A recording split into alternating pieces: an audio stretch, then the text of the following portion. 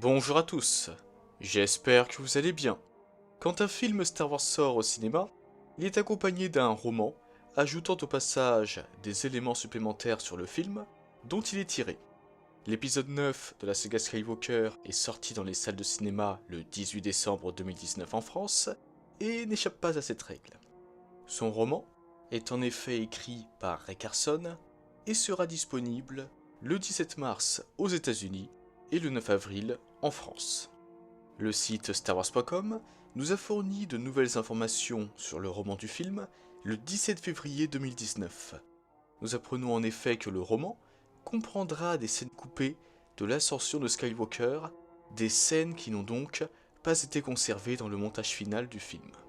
Il s'agit peut-être, dans ce cas, des scènes coupées de la fameuse JJ Cut, une rumeur qui a enflé sur le net.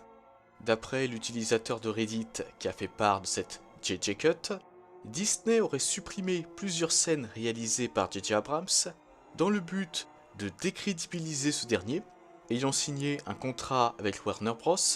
Lui permettant de réaliser plusieurs projets d'essais comics.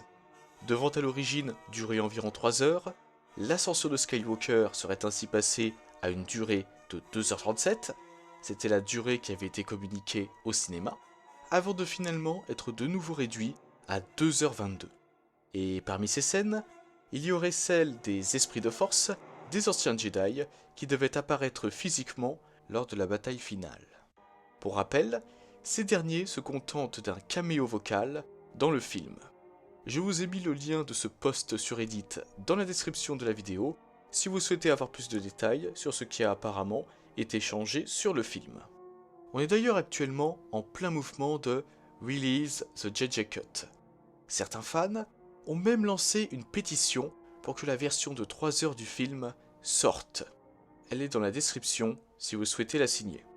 Bon, revenons à nos bantas, et en l'occurrence ici, au roman du film. StarWars.com nous a même donné un extrait du roman, nous offrant plus de détails sur la première scène du film, et donc celle se déroulant sur Mustafar, au moment où Kylo Ren récupère l'orienteur Sith de Vador. Il y fait également la rencontre d'une créature se nommant en version originale The Eye of Rebish Bog, qu'on connaissait sous le nom de l'Oracle avant la sortie du film. Du coup, on pourrait traduire son nom par l'œil du marais entoilé, à condition que Webish veuille bien dire entoilé. Je ne vais pas lire tout l'extrait, mais seulement la partie qui nous intéresse ici. Sachez en tout cas que l'extrait était en anglais, comme tout le site StarWars.com, et que la traduction en français a été faite par moi-même.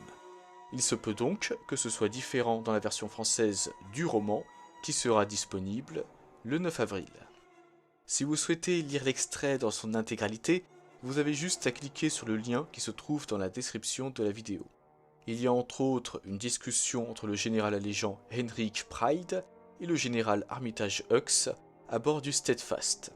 Le premier trouvant que le massacre effectué par Ren est magnifique, et le second estimant au contraire que le premier ordre n'a rien à faire sur Mustafar.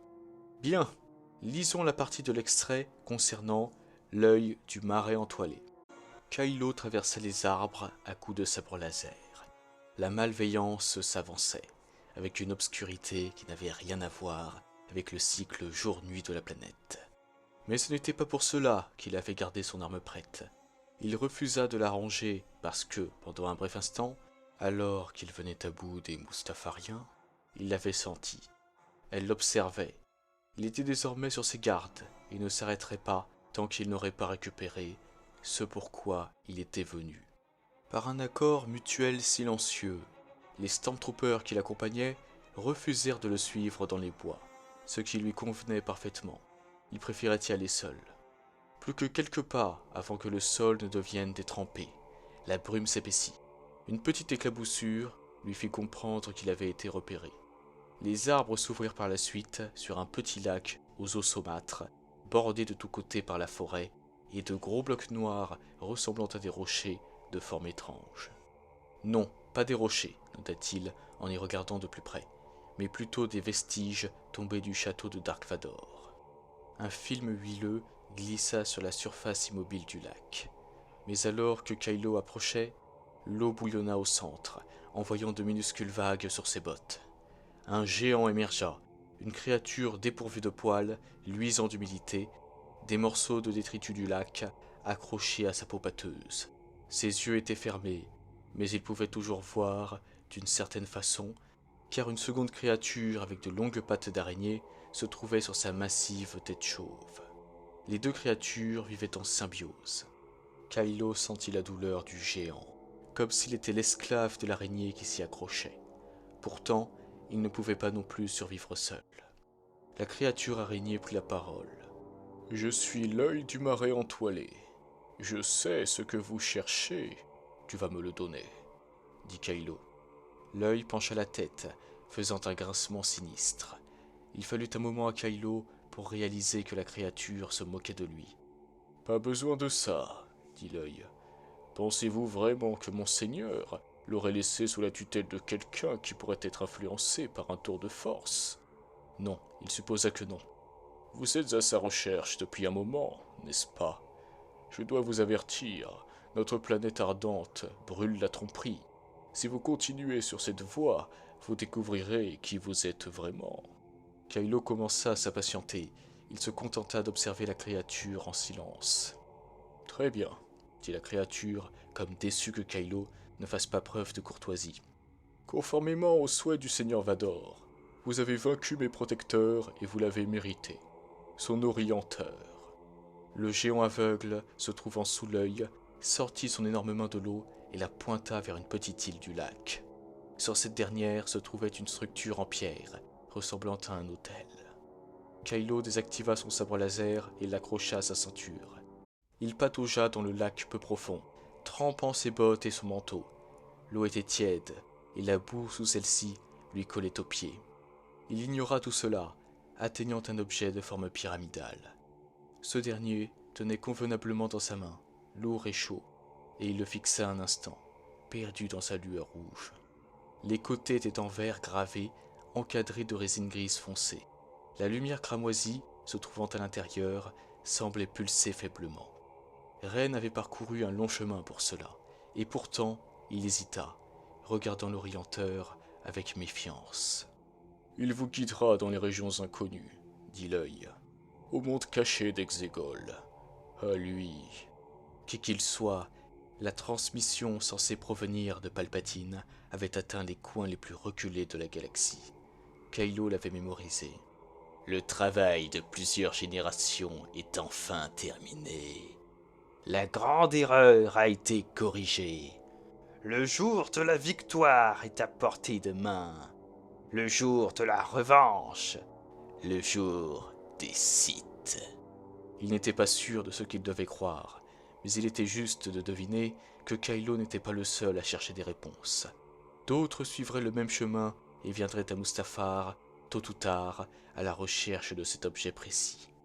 Son grand-père aurait certainement rendu les choses plus difficiles. Ses adorateurs étaient trop faciles à tuer. Cette créature, trop facile à piéger. Après tout, il était l'héritier de Vador.